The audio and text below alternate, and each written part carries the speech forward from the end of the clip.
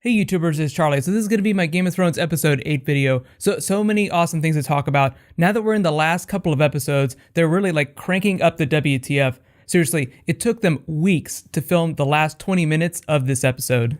Let there be no more questions as to where the budget was spent this year.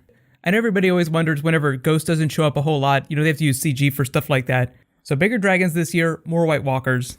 So just careful for spoilers from the episode if you haven't seen it yet. So I'm going to start with the really big stuff first. Just a quick reminder too, new round of the giveaway starts now. All you have to do to enter is be a subscriber and leave a comment on this video. I'll announce the winner in my Q&A tomorrow. The person that we saw in the episode was the Night's King. Obviously, he looks a little bit different than what he looked like last year. Here, this is what he looked like in episode 4 last year. As you can see, they just did a much better job on the effects just because they wanted him to be like a practical person that could walk around and interact with everyone else. We really only saw his face last year.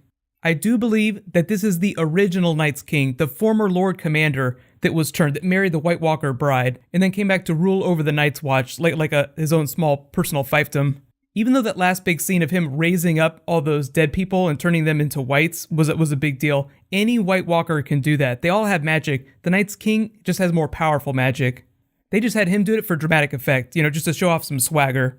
So let's move through top 7 WTF, just chronologically through the episode, starting with Terion advising Daenerys to banish Ser Jorah. Technically, that wasn't his advice. He was advising her to not kill Jorah. So Daenerys chose banishment as a mercy. But it was still really sad. You do feel for Ser Jorah, especially that he knows that his days are numbered because of the grayscale. There really isn't like an official timeline as to how long it takes grayscale to take over your body, only that it happens really quickly, like within a matter of weeks probably. It really didn't even look like it was that much worse, so I'm guessing he's only had the affliction for a day or two. I'm expecting though that by the finale, like if he looks at it again, it'll be way worse. It'll be covering like most of his forearm. I'm not positive, but I think that this is also the first time, the Tyrion Jorah Daenerys scene in the throne room, where it's said out loud that Jorah is in love with Daenerys, like openly in love. She probably already knew, but it's something different when it's said with both characters looking at each other. And if you're a little confused as to why he took himself back to Yazan, where he said, you let me fight in the big pit, I win, I'm yours. He knows that he's gonna die, so it doesn't matter. I think he wants to have one last chance to prove his love to Daenerys, visibly. It's like his ride off into the sunset. If I'm gonna die, I might as well do something big, make some big grand gesture to the person I love. On to number 6 though, Tyrion explains to Daenerys why she can't just march into Westeros. This is all about the difference between gaining the support of the people versus the support of the nobles. Tyrion explains to her that, she's freed all the slaves in Saber's Bay, so they love her, but all the nobles still hate her. She's got that big problem in Meereen right now. Remember, Dario wanted her to pull a red wedding moment and kill all the heads of the houses in the city. Tyrion was just reminding her that politics are a much bigger deal in Westeros. She's going to need support from the nobles. He's valuable to her because politics are what he does really well, but it was fun seeing them chat together. Two terrible children of two terrible fathers. And if you didn't recognize it, whenever she was giving that speech, I'm not going to stop the wheel, I'm going to break it, that was from the trailer. You could take that to mean a lot of different things. I feel like Daenerys, in her own mind, thinks that she's going to march into Westeros and get rid of a lot of the inequalities between the really rich people and the really poor people. Tyrion actually suggested to her that she stay in the East. Maybe this is where you belong. But as Daenerys said, this is not my home. That's basically the show telling you that no, she will not stay put forever. Eventually they will make their way to Westeros, but that's still a long ways off. I feel like that's not going to happen for a while. Remember, in order to get all those people over to Westeros, they still need ships, which they do not have right now. That seems like a season 6 problem to solve.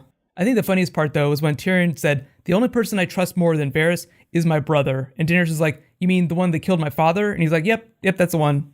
Moving on to number 5, Sansa finds out that her brothers are not dead. She seems like she's getting stabbier and stabbier, so I'm hoping at some point she just snaps and does some sort of Reek-type torture upon Ramsay or Miranda or even Theon himself. It would definitely go a long ways towards addressing some of the issues with Sansa this season so far. She's kind of backslid a little bit. She started in a really powerful place, then we got onto all this Ramsay business, and now it finally looks like she's going to do something about it. But you just get that glimmer of hope in her eye where she's like, wait a minute, my brothers are still alive? Where did they go? Everybody always asks me about Rickon, where is Rickon? So in the context of the story, he is just with Osha hiding off on an island. Both the show and George R. Martin just don't need him. The story doesn't need him right now, so he'll probably come back at some point, or he could just live on that island for the rest of his life. And yes, his direwolf Shaggy Dog is still alive too. Bran, of course, is up training with the three-eyed raven way north of the wall. He won't be back till season 6, but he will be back because he's a really important character. On to number 4. Arya gets ready to take her first mission, taking on a new identity in the process. As predicted, it doesn't look like she's going to be changing her face, but she does have a new costume, like she has a new look. This was actually on the cover of Entertainment Weekly, like before the start of the season. You could see that, when she was talking to Jaqen, she almost has it down cold. She makes a few slip-ups, but she's got this persona. I love how the waif objected to Jaqen, and he just said, well, it's all the same to the many-faced god, whether she lives or dies. That might seem kind of bleak, but it just shows you how stone cold the faceless men are. They believe in justice, that's what Arya's mission is all about, but they're not really about sentiment. Don't expect any hugs from them. I think my favorite thing about the Arya scene, though, was the way they edited it. Just the way you get to see Arya in this persona while Arya in third person was narrating it to Jaqen. Moving on to number 3. Pretty much everybody is telling Cersei to confess her crimes before the trial. This was a nice follow-up to the moment where she almost hallucinated Arya. The way they edited it, it made it seem that way. She wasn't actually hallucinating Arya, but it's a nice follow-up on Arya's prayer, because Cersei is definitely high on that list. So we have Qyburn telling Cersei that in no uncertain terms, she will not get a fair trial, so the only way out is to confess. It's a little hard to tell, which crimes of Cersei's that they know about right now. Qyburn said that they know about the incest and King Robert's death, but those are all things that Lancel told them. I don't think Lancel knows about all of Jaime and Cersei's children, so when they say incest, just forget about that briefly. The only way that they would find out about that is if Cersei were to confess that. Really, this was a battle between Cersei and that nun. It was kind of like they were playing the game of faces, like she was just getting whacked and whacked and whacked for not confessing. One of the best Cersei scenes this week, though, was when she got so desperate that she was sucking water off the floor of the black cells. The show doesn't do it justice. These are literally the dirtiest places you could go to, aside from maybe Flea Bottom. On to number 3, Ollie asks Samwell why Jon has to help the wildlings. In every episode since Jon announced his plan, whenever Ollie shows up, he just keeps coming back to this. They killed my family. Why are you doing this? There is definitely a reason for this, because Ollie's actually a really small character. He's probably going to end up doing something really crazy that gets tied up in a big book plot that I won't get into just to avoid spoilers. He has to think about where Ollie's headspace is right now and what Samwell told him. You have to think about making hard choices, things that seem wrong now, but in the long term are right. Samwell was talking about Jon getting the wildlings. That obviously, very hard thing to do right now, but long term they need them to fight the White Walkers. Ollie, though, in a really nasty twist of that, is probably thinking the exact opposite thing.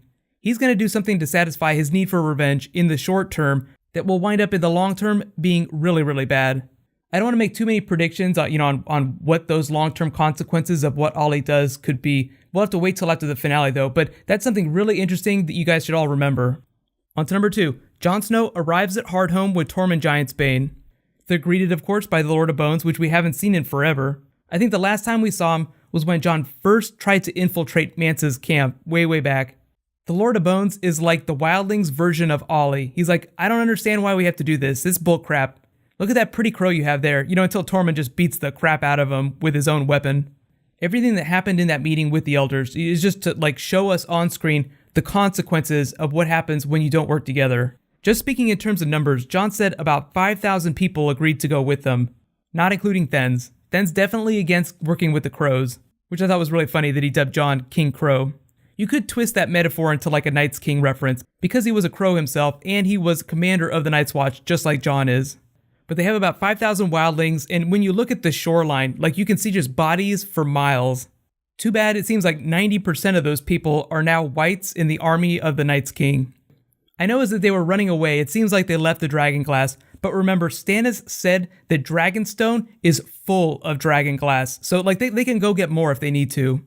The battle itself was the hardest thing for them to shoot this season. In terms of time, it took the longest. I mean, the episodes typically take anywhere between 8 and 2 weeks to film. This was almost twice that. But finally, my number 1 WTF, the Night's King takes a weird interest in Jon Snow. Notice how long his gaze lingers on Jon Snow as he shatters a regular White Walker with his blade, with Longclaw. The reason they showed the White Walker shattering regular weapons with his ice blade is because they wanted that big Valyrian steel reaction whenever Jon Snow's blade did not smash. Very effective, and the explodey ice effect way better than when Samwell killed the White Walker. I know it seems like it hasn't been that long, but visual effects get a lot better every year, just the technology gets that much more advanced. So Jon Snow versus White Walker, Jon wins big, they get away, but they lose big time because all those people are whites now. It's almost like he was giving them the middle finger while he was raising all those whites up. But it does seem like the Night's King has taken a perverse interest in Jon, in the same way that Melisandre has taken a perverse interest in him. So it's like he's stuck between the forces of the Red God and the forces of the Great Other. Part of me feels like this is just the show putting the question to you, like, which side will he fall on? Will the Night's King turn Jon into another Night's King? Or will Melisandre do something else, turn him into Azor Ahai? That feels like a question that they're not going to answer this season. It's just way too big. They're going to save that for later.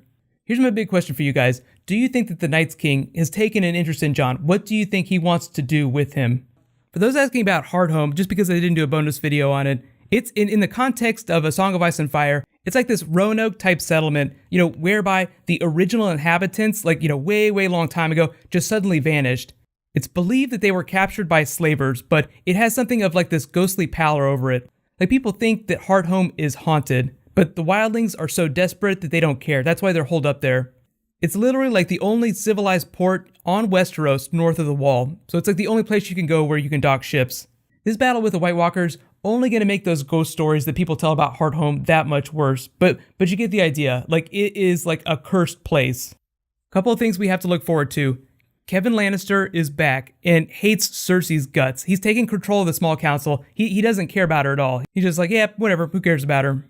So we have that trial to look forward to. I'm expecting it to be a nice perverse twist on Tyrion's trial from last season.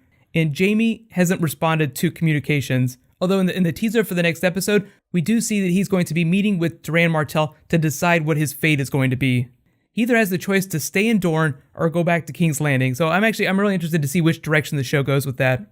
It's one of the major departures from the books in terms of storylines, this Jaime storyline, but I feel like it has potential, so I'm going to be optimistic about it. Because this episode dealt with so many new concepts like the Night's King, White Walkers, the Long Night, I'm going to add some links in the description for videos that I've already done based on some of that stuff, so just check the description. So don't forget, I'll be posting the Q&A for this tomorrow, and while you guys wait for that, you can click here to learn all about Euron Greyjoy. There's just a rumor that he might be cast for Season 6, and you can click here for last week's episode. Thank you so much for watching, everybody. Let's high five. I'll see you guys tonight.